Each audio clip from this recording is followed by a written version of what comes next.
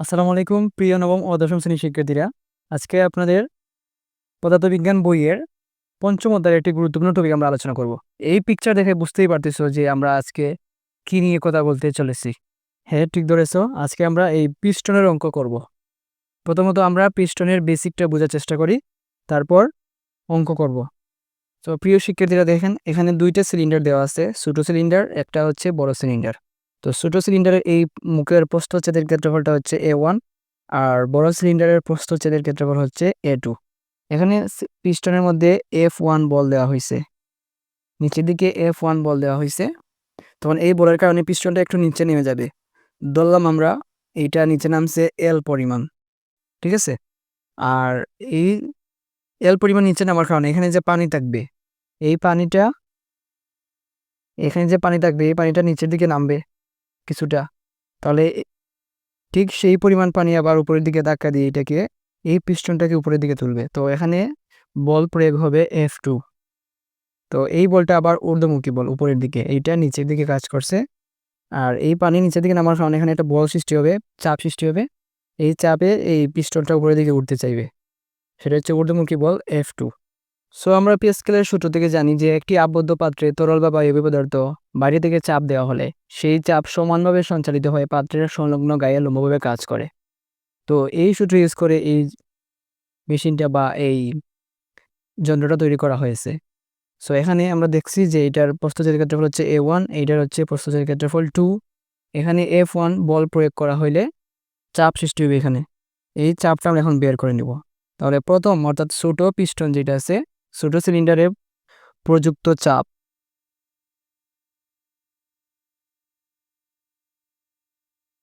ছোট সিলিন্ডারে প্রযুক্ত চাপ P ইকুয়াল, আমরা জানি চাপের সূত্র হচ্ছে P equal pressure, pressure equal বল ভাগ প্রস্থচ্ছেদের ক্ষেত্রফল, P ইকুয়াল F ভাগ A। সো এখানে যেহেতু আমরা প্রথম বলটা দিছি F1, তাহলে এখানে F1 দিব। আর এইটা হচ্ছে প্রথমটা যেহেতু A1, ঠিক আছে। তাহলে P equal F by A1। এই যে চাপ, এই চাপটাই কিন্তু এখানে থাকবে। এই চাপটা এদিকে এসে সমানভাবে সঞ্চালিত হয়ে পাত্রের সম্পূর্ণ গায়ে সমান চাপ দেয়, তাই না? তাহলে এখানে উভয় সিলিন্ডারে কিন্তু চাপ সমান, তবে বলটা কিন্তু সমান হবে না। সো দেখো এখন, তো ছোট সিলিন্ডারে আমরা দেখছি প্রযুক্ত চাপ হচ্ছে P equal F1 by A1। So এই চাপ থেকে আমরা বলটা বের করে নিই। অতএব F1 ইকুয়াল যে আর গুণ করো P ইন্টু A1। সো এইটা আমাদের লাগবে।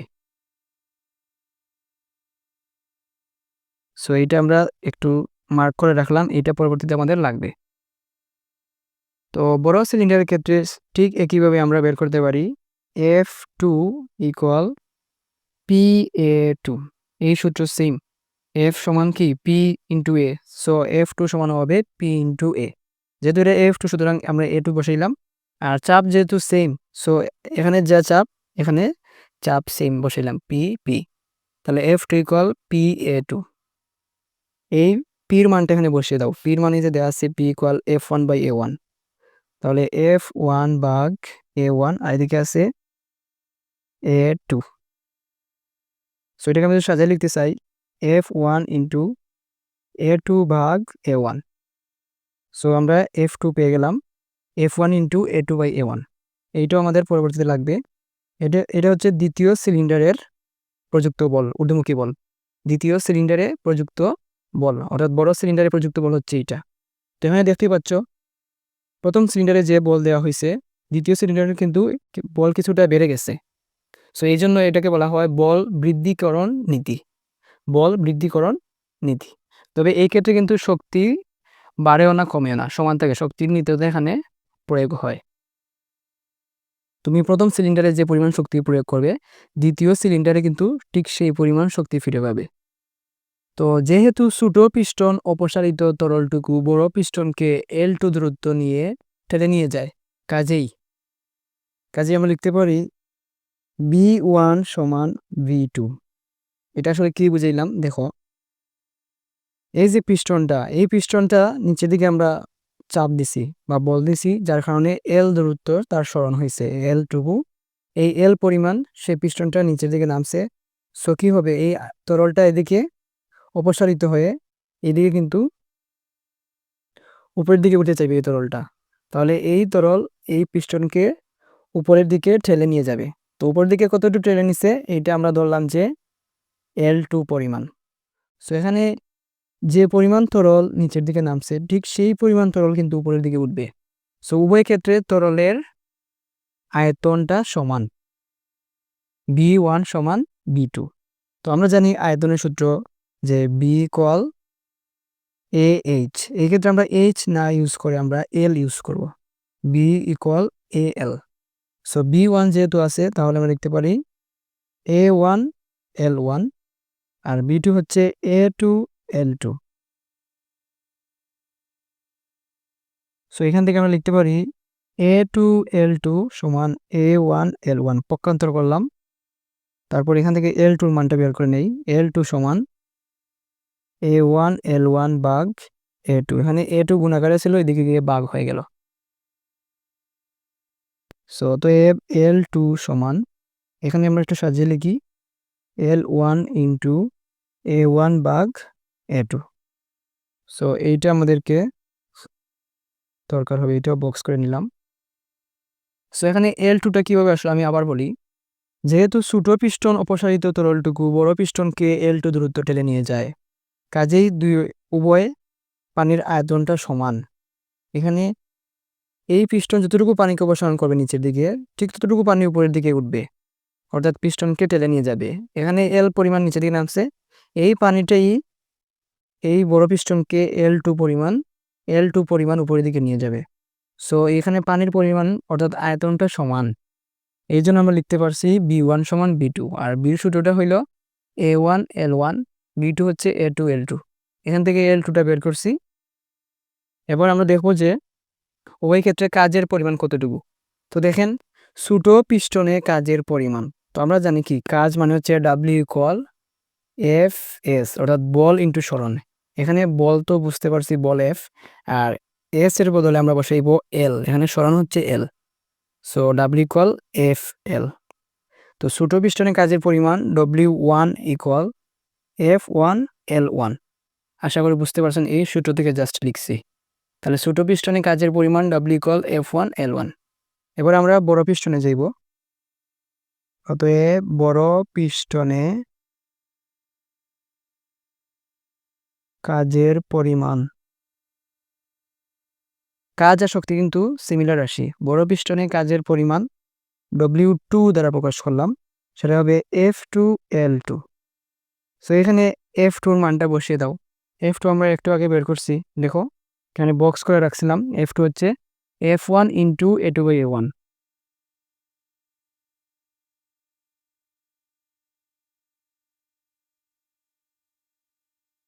এই যে এখানে L2 এর মানটা আমরা বের করে রাখছিলাম, L2 এর মান L1 into A1 by A2।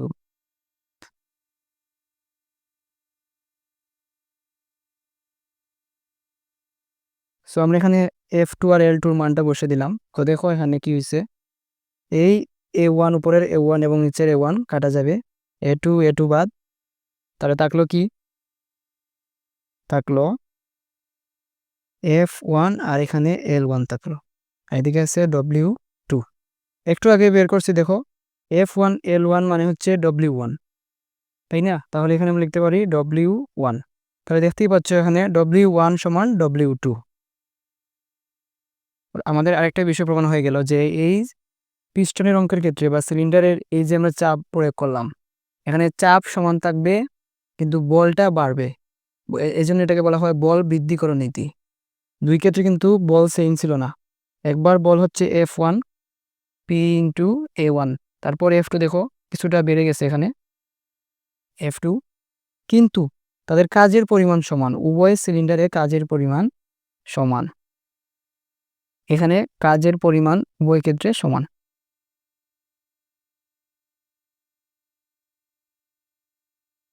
So আমি আরেকবার একটু বলে দেখি, দেখো ছোট পিস্টনে কাজের পরিমাণ, কাজের সূত্র হচ্ছে W ইকুয়াল FS। এই ক্ষেত্রে আমরা S না বসিয়ে L বসাইব, W ইকুয়াল FL। তাহলে প্রথম পিস্টনে ছোট পিস্টনে কাজের পরিমাণ W1 সমান F1 L1, বড় পিস্টনে কাজের পরিমাণ W2 ইকুয়াল F2 L2। তো F2 তে আমরা এর আগে বের করে রাখছি, L2 বের করে রাখছি, এখানে বসাইয়া দেখলাম যে W2 মান আসে F1L1, আর F1L1 মানে এখানে দেখো W1। সো এখানে আমরা W1টা বসিয়ে দিলাম, তাহলে W1 সমান W2। সো উভয় ক্ষেত্রে কাজের পরিমাণ সেম। চাপ P ইকুয়াল F/A, ঠিক আছে। তারপর ধরো এই এটা বের করার জন্য আমাদেরকে, যেহেতু এটা গোলাকার, তাই পাই আর স্কোয়ার, এ সমান হচ্ছে পাই আর স্কোয়ার। ক্ষেত্রফল বের করার সূত্র এখানে A equal pi r square. এরপর আয়তন B ইকুয়াল AH, আমরা এখানে H না বসিয়ে L বসাইব।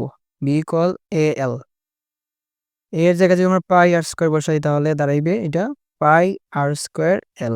সো বি হচ্ছে পাই আর স্কোয়ার L। এরপর আমাদেরকে যেটা মাথায় রাখতে হবে, যদি সাম্য অবস্থার কথা বলে তাহলে এভাবে হবে F2/F1 সমান A2/A1। তারপর W কাজের মান হচ্ছে F ইন্টু L। সো আমাদেরকে এই সূত্রগুলো যদি শিখতে পারি আমরা, তাহলে এখান থেকে যে কোনো প্রশ্ন সমাধান করতে পারবো। সো প্রিয় শিক্ষার্থীরা, চলেন আমরা এই ছোট্ট ম্যাথটা করি। দেখো এখানে প্রথম পিস্টনে বল প্রযুক্ত হয়েছে 150 নিউটন, আর প্রথম পিস্টনের এই সিলিন্ডারের প্রস্থচ্ছেদের ক্ষেত্রফল হচ্ছে 5 সেন্টিমিটার স্কোয়ার, আর এইদিকে তার প্রস্থচ্ছেদের ক্ষেত্রফল হইল 13 সেন্টিমিটার স্কোয়ার। প্রশ্ন করছে যে এই সিলিন্ডারে এই যে পিস্টন আছে, এই বড় পিস্টনে প্রযুক্ত বল কত, F2 মানটা আমাদেরকে বের করতে হবে। সো আমরা এই সূত্রটা ইউজ করব, F2/F1 ইকুয়াল A2/A1। সো আমরা জানি, লিখবেন আগে তথ্যগুলো লিখে নেবেন ডান দিকে, তারপর লিখবেন আমরা জানি F2/F1 সমান A2/A1, ঠিক আছে। এখান থেকে F2 সমান A2/A1, আর নিচে F1 ভাগ আকারে আছে, এটা ডান দিকে গেলে হবে গুণ F1, ঠিক আছে। এখন মান বসিয়ে দিলেই আমাদের অঙ্ক শেষ। সো এখন প্রশ্ন হলো যে আমরা A2 এবং A1 সেন্টিমিটার স্কোয়ার থেকে কি মিটার স্কোয়ার নিতে হবে? অবশ্যই এই ক্ষেত্রে নিতে হবে না, তবে অন্যান্য ক্ষেত্রে নিতে হবে অবশ্যই। এখানে যেহেতু A2/A1 ভাগ আকারে আছে, সো যে কোনো এককে রাখলেই হবে, কারণ তার অনুপাতটা তো সেমই থাকবে। সো আমরা সরাসরি মান বসিয়ে দিতে পারবো। তাহলে F2 সমান হচ্ছে, A2-র মান হইল 13 আর A1-এর মান হচ্ছে 5 গুণ, আর F1-এর মান হচ্ছে 150 নিউটন, 90 নিউটন। সো তাহলে দেখো এখানে 150 নিউটন বল প্রয়োগ করা হয়েছে, কিন্তু এখানে বল প্রয়োগ হচ্ছে 390 নিউটন। এই জন্যই এটাকে বলা হয় বল বৃদ্ধিকরণ নীতি, বলটা বেড়ে গেছে। এবং এর আগে বলছি আমরা যে এখানে কাজের পরিমাণ কিন্তু সেম হবে। এখানে ছোট পিস্টনে 1470 নিউটন বল প্রয়োগ করা হয়েছে, এবং এই ছোট সিলিন্ডারের প্রস্থচ্ছেদের ক্ষেত্রফল হচ্ছে 10 সেন্টিমিটার স্কোয়ার, আর বড় পিস্টনের বা বড় সিলিন্ডারের প্রস্থচ্ছেদের ক্ষেত্রফল 100 সেন্টিমিটার স্কোয়ার। এবং বলছে যে এখানে এই গাড়ির ভরটা কত। সো এটা তেমন কিছু না, এখানে জাস্ট খালি আমাদের F2 বের করতে হবে। F2 থেকে আমরা M বের করতে পারবো। মানগুলো আমরা এক সাইডে আগে লিখে নিই। এখানে F1 সমান হচ্ছে 1470 নিউটন, আর A1 হলো 10 সেন্টিমিটার স্কোয়ার, আর বড় পিস্টনের বা সিলিন্ডারের প্রস্থচ্ছেদের ক্ষেত্রফল দিছে 100 সেন্টিমিটার স্কোয়ার, ঠিক আছে। সো আমরা জানি যে সাম্যাবস্থায় থাকলে F2/F1 সমান A2/A1। এখান থেকে F2টা বের করে নেই, A2/A1, এই F1 নিচে আছে, এদিকে গুণ হয়ে যাবে, উপরে চলে গেল। তাহলে মানটা বসিয়ে দিই, A2-র মান হচ্ছে 100, A1-এর মান হইল 10, আর F1 হচ্ছে 1470। তাহলে এখানে 10 দ্বারা 100 কাটলে 10, তাহলে থাকবে 14,700 নিউটন। সো দ্বিতীয় পিস্টনে প্রযুক্ত বল, উপরের দিকে বলটা হচ্ছে 1470 নিউটন। এখন যেহেতু এই দুইটা পিস্টন সাম্যাবস্থায় আছে, তাহলে অবশ্যই এই গাড়ির বলটা এটাকে ব্যালেন্স করে রাখছে। সো এই বলটা হচ্ছে আসলে এই গাড়ির ওজনের সমান, এই বলটা গাড়ির ওজনের সমান বল। সো আমরা এখানে F2 বদলে লিখতে পারি m ইন্টু জি, কারণ ওজন W ইকুয়াল mg আমরা জানি। ওজন একটা বল যা নিচে দিকে কাজ করে। সো বল ইকুয়াল mg। সো mg লিখলাম, F2 বদলে আমরা F2 বদলে লিখলাম mg, আর এই মানটা দেওয়া আছে 14,700। সো অতএব m ইকুয়াল 70/g। সো জির মানটা আমাদের মুখস্থ 9.8, তাহলে ভাগ করলে দাঁড়াবে 1500 কেজি। তাহলে গাড়ির ভরটা আমরা পেয়ে গেলাম 1500 কেজি। তাহলে এই গাড়ির ভর হচ্ছে 1500 কেজি।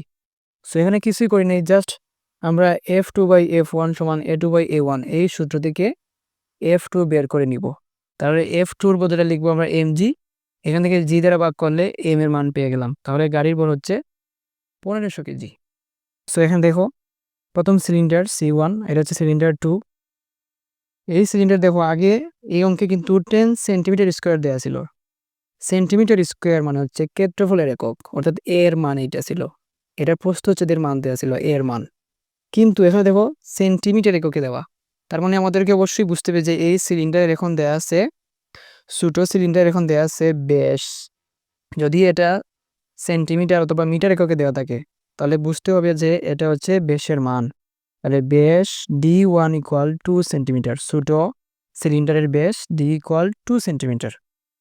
সো এখান থেকে আমরা ব্যাসার্ধটা পেয়ে যাব R1 সমান ব্যাসের অর্ধেক, তাহলে 2 দ্বারা ভাগ করতে হবে। সো আসছে 1 সেন্টিমিটার। D2 equal 10 centimetre.